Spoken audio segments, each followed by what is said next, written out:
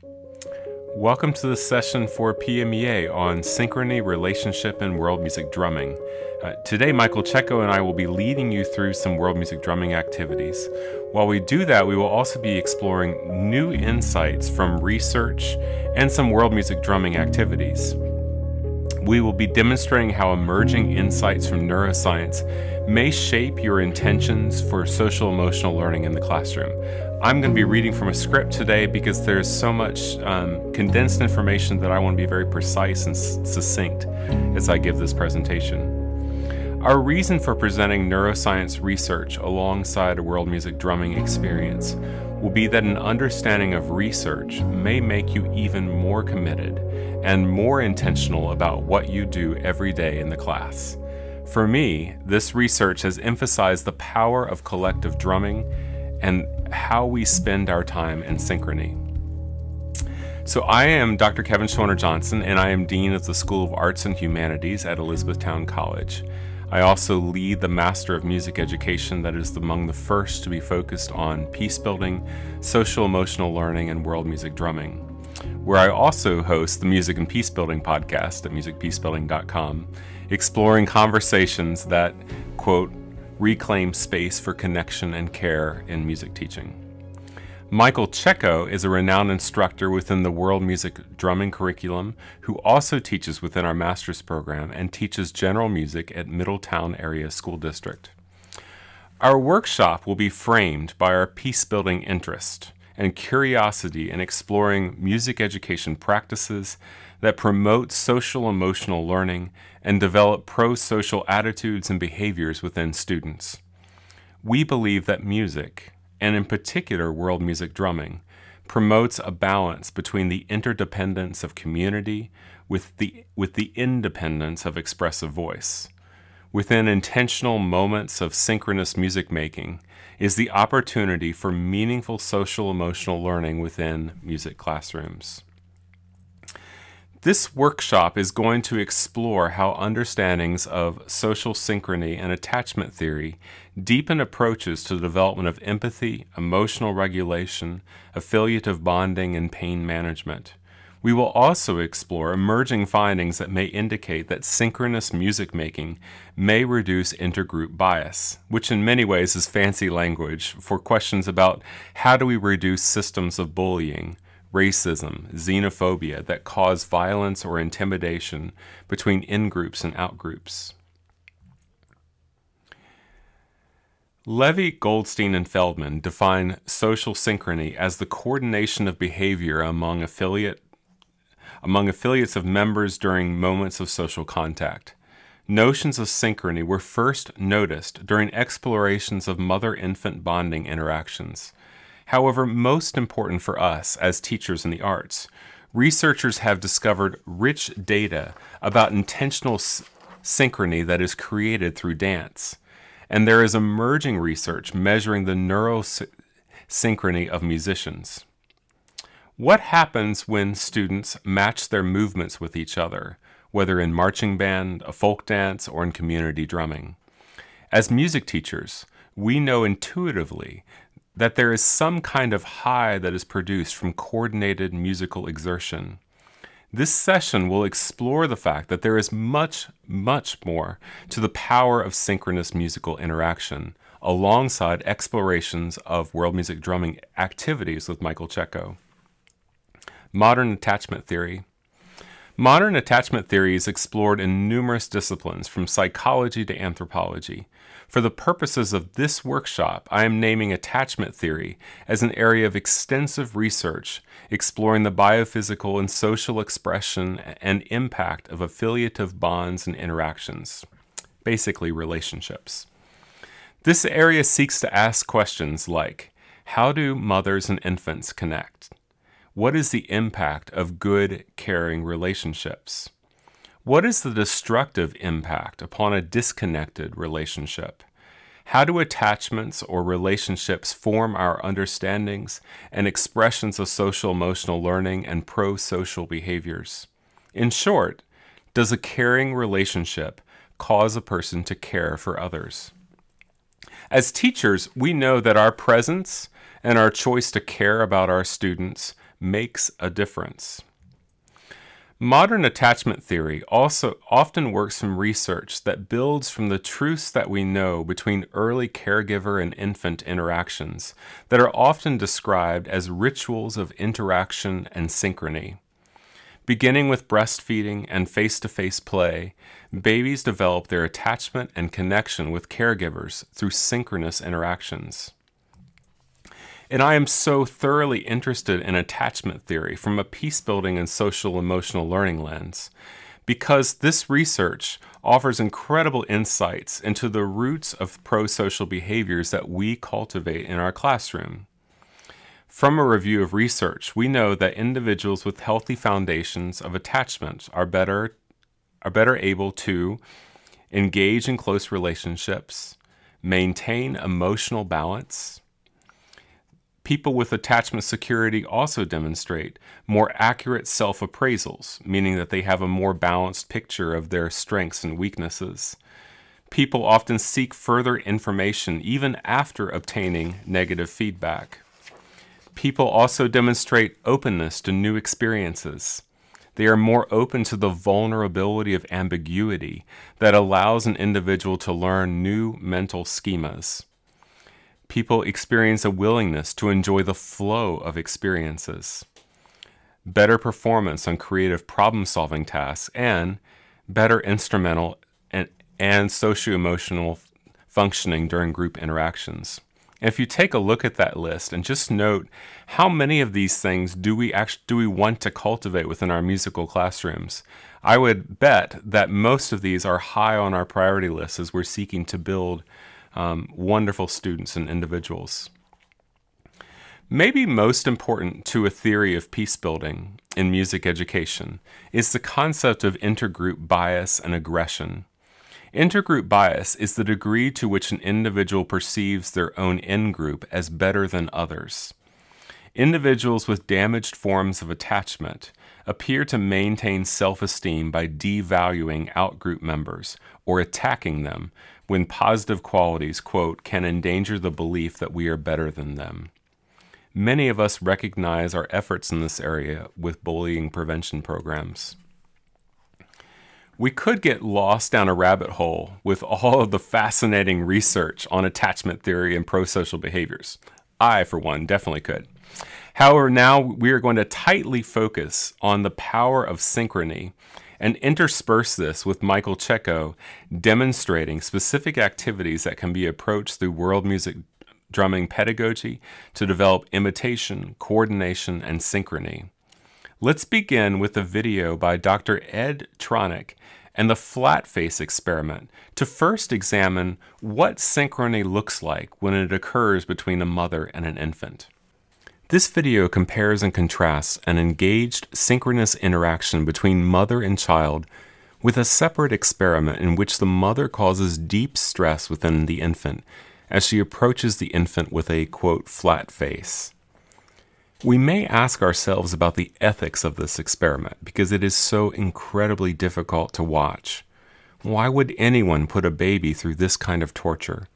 However, recent research is exploring the traumas that are introduced with our distractions on social media and personal devices. When parents, like myself, become distracted with these devices, we lose moments of synchrony with children, entering our flat face phase, and increasing forms of anxiety that lead to heightened aggression. As a teacher, you may have experienced the disconnection that you see in your students. From students who may be engaged in too much screen time, such that they have stopped fully engaging in synchronous interactions. Current research is exploring connections between this and rapidly rising rates of anxiety and thought rumination. In contrast, let's turn to an activity introduced by Michael Checco. As you watch and learn a new activity for your classroom, notice Michael's synchronous attention and coordination with these students. In this video, the students are demonstrating playing in ensemble. They're playing as a group, different parts that interconnect, like jigsaw puzzle pieces, each supplying its own tone, its own rhythm, its own layer to the overall whole to create the complete picture. In this example, they're playing a type of Puerto Rican music called bomba. When we begin to see how interconnected we are, and how we depend on one another, and how we can't play unless we can lean on each other, we start to develop stronger relationships with the people that we play our music with. We know from studies within anthropology that humans have often turned to ritual as a means of enacting synchrony within communities. Through artistic forms of dance, music, or shared attention, we form a sense of synchronous being, which in turn becomes the bedrock of the feelings of community. I want to quickly explore 3 research studies in this area that fascinate me and have important implications for how we do music in the classroom. Following the conclusion of this research review, we will turn back to Michael Cecco for a series of activities that build synchrony and the outcomes that are described in this research. This 2017 research study examined or filmed mother-child interactions and in turn had mother-child dyads, that's the fancy word for a mother-child interaction, watch these films while their brain activity was measured. Among many fascinating findings is the continuation of evidence that synchronous activity causes synchronous neural activity in the brain. In particular, demonstrating the activation of the temporal lobe and the activation of the superior temporal sulcus, which is pictured here through the colorations, hereafter referred to as STS. The STS is a key part of the brain that is activated during empathy, mirroring, and mentalizing properties. The researchers write, quote, "We found that social synchrony was translated into neural synchrony in the superior temporal sulcus, a key node of the social brain that integrates both mirror and mentalizing properties." About the power of synchrony, they note, early split-second events of parent-infant synchrony is integrated into higher-order stretches of behavioral matching in later childhood that also involve symbolic and verbal dialogue, perspective-taking, and the ability to negotiate conflict with empathy and involvement. Once again, I take a look at this quote and I realize how many of these things that we want to cultivate in our music classrooms. One of my favorite research studies is this one by Reddish, Fisher, and Babulia in 2013, titled "Let's Dance Together: Synchrony, Shared Intentionality, and Cooperation." Covering it at a surface level, I can describe the article as covering 3 different experiments that explore the impact of different dance conditions on measures of trust, interdependence, and group belonging. Some students wore independent headphones and danced to different beats. Some students wore independent headphones that were synchronized to the same beat, and some participants were told to intentionally match movements. Others were not. Lots of fascinating conditions, and I won't go into the depths and details of those conditions. Following these conditions, participants self-rated feelings of interdependence using a self-construal measure, and as well they rated group intentativity, represented here as group belonging. Another measure, which is a fun measure, was a gauge of trust and risk. Participants were given $5 and told they could keep it for an individual reward, or if they gave it back to the researcher and every participant in their team also gave it back, they would each reap the reward of an enlarged combined payout. The question, how much do you trust your fellow dancer, and are you willing to risk $5? Not surprisingly, the conditions of synchrony demonstrated much stronger outcomes on measures of trust, interdependence, and belonging than dancers who moved in uncoordinated manners. This research study builds upon evidence that when periods of synchrony are established by a teacher through intentionality, we may reap profound rewards. Most fascinating is that dance and music appear to be a means of elongating synchrony, meaning that we stretch it out for much longer periods than normal. Within verbal communication, we may be fully present or synchronous for a maximum of 10 seconds, if we are lucky. However, music and dance require synchronous being for as long as 5 minutes, 10 minutes, or sometimes as long as a half an hour. If you have ever witnessed a jazz rhythm section that is tightly interlocked, you know the power of sustained synchrony. Finally, I would like to close the research portion with another fascinating study of dance. Within brain chemistry, we know that processes of social bonding release oxytocin, commonly referred to as the love hormone, that promotes attachment and social belonging, among many other properties. We also know that high exertion exercise promotes endorphin release that's commonly known as the runner's high, where the release of endogenous opioids lowers our pain thresholds. Synchrony that involves the motor cortex, such as dancing or drumming, appears to activate both at once. The question, is it synchrony or is it simply exertion that gives us the greatest benefits for social-emotional learning and other biophysical benefits? Most fascinating from this study is the finding that for both measurements of pain threshold and for within-group prosociality, the synchronous dance condition had an incredibly strong effect, regardless of whether it was high exertion or low exertion.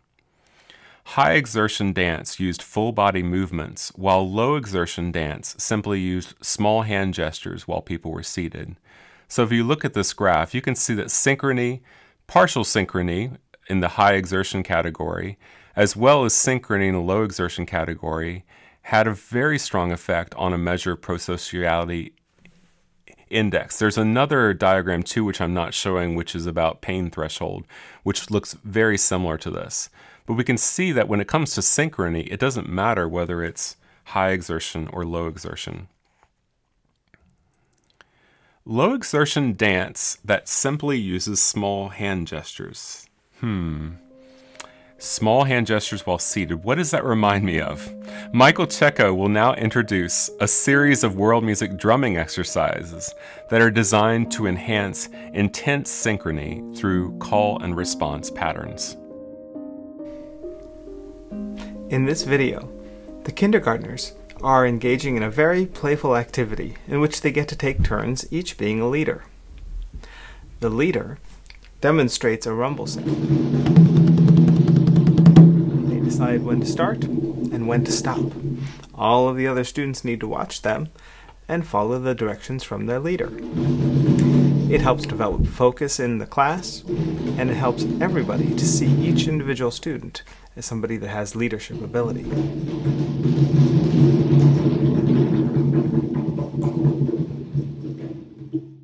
In the World Music Drumming program, students learned rhythmic fluency in the same way that they learned their first language, by being immersed in it, by hearing it, by copying it, and eventually starting to formulate ideas on their own. In this video, the students are echoing what they hear the teacher play to them. It requires they learn how to take turns, listen, watch. Of course, they're not just hearing rhythms, but also tones and techniques. They're learning the language. In this video, we demonstrate a musical conversation at a slightly higher level called question and answer. Here, rather than simply copy the pattern they hear as an echo, they listen to the teacher's question and formulate their own response to it. They can plan it ahead, they can improvise it in the moment, but they are creating an answer.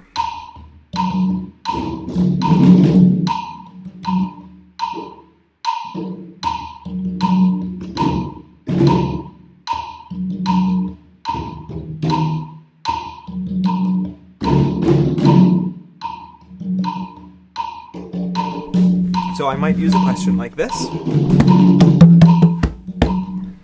to call each student individually into the conversation, to which they answer on their own. Maybe the conversation would go like this, with the answer coming on this drum. And then another student might go, and maybe another might play. Any response is great because it's coming from them. It teaches listening skills. We have to listen and respect what people are sharing. In the video we demonstrate, we also have an added element of an echo. So for each turn, everyone listens to the teacher's question and then to the student's answer. I repeat the question, and the whole class copies that individual student's answer. It affirms what they played. Everybody needs to be listened to. Everybody is valued.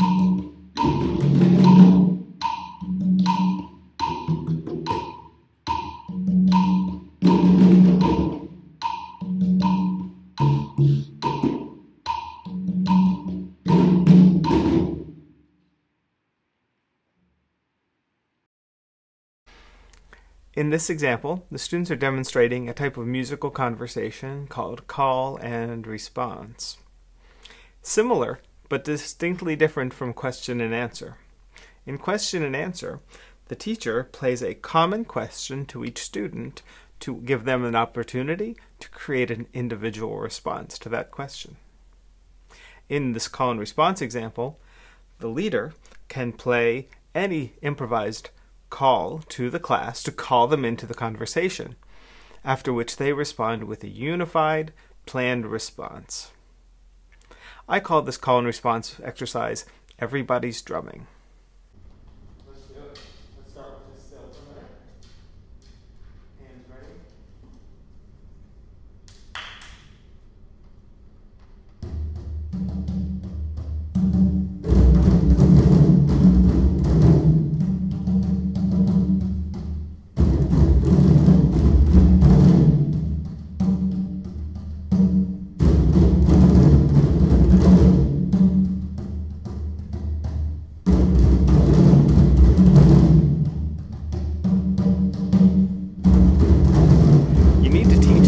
The response because it's not improvised.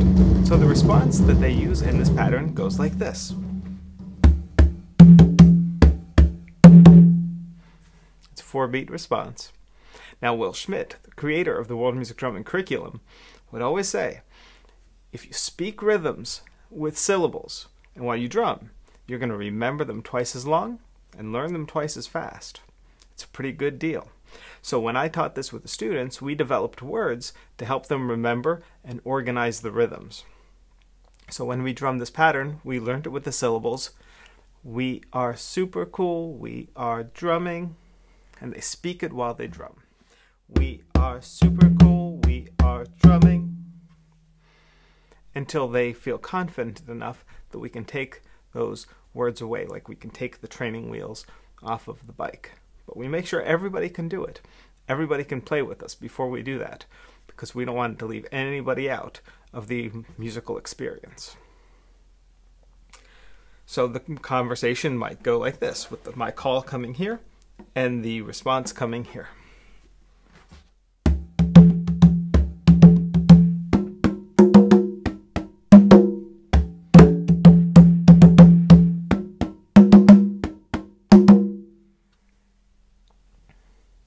And that can go on as long as we want. In this particular exercise, I've taught them a second pattern that we'll call a break. So of all the rhythms that I could play on my drum as a call, I've taught them one extra one that means something. It's a signal. It signals the break. And that goes like this. Ready, ready, here we go. When I use that pattern as my call, everybody knows we're not going to use the first response of we are super cool, we are drumming. No, we're going to use a new response that goes like this. Everybody's drumming, everybody's drumming, everybody's drumming. Hoo! And then we go right back to the call and response as we started, and we can go through that and cycle those sequences in the exercise as many times as we want to.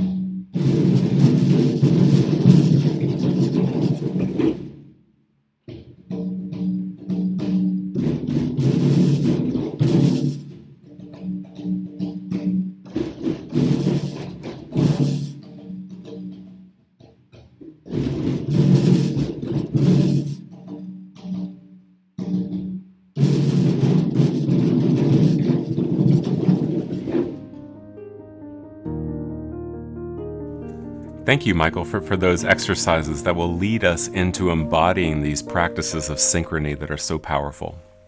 So as we come to a close, I believe that the question before us as we emerge from the pandemic and the disconnection of social isolation, where even this conference video is being presented in an asynchronous format, the irony is not lost on me. What role does music play in the restoration of synchrony? In schools, we often put stock in the purchase of social-emotional curricula, which are incredibly important. I am so grateful as a dad because both my children have greatly benefited from the Leader in Me curricula. However, while we are adopting that, we also now have growing and emerging research that something happens that is deeply magical in music and dance spaces. I believe that these spaces are magical because there are very few activities within our lives that sustain synchrony for the length and intensity as that of music and dance. I believe in the world music drumming curriculum because I love the fact that students sit in circles, becoming fully intentional, present, and synchronous to each other in oral musical practices that remove written notation. With no barriers between musicians, this practice and pedagogy has made the perfect medium for exploring peace building and social-emotional learning in our master's program. One shout out is that Elizabethtown College will again be hosting a world music drumming workshop this July 12th through 16th, and registration is at worldmusicdrumming.com. Finally, when we feel all too often fragmented and disconnected, how do we design musical spaces for synchrony, connection, and interdependence, reclaiming space for connection and care? How do we create the conditions of synchrony within our music classrooms? What gifts do we as teachers have as we offer shared spaces of ritual and synchrony that may be deeply reparative and restorative? And as we close this session, I will leave you with our contact information for myself and for Michael Checo, as well as a link to a website where most of the podcasts on music and peace building can be found, as well as a lot of our more recent work and scholarship. And finally, a list of references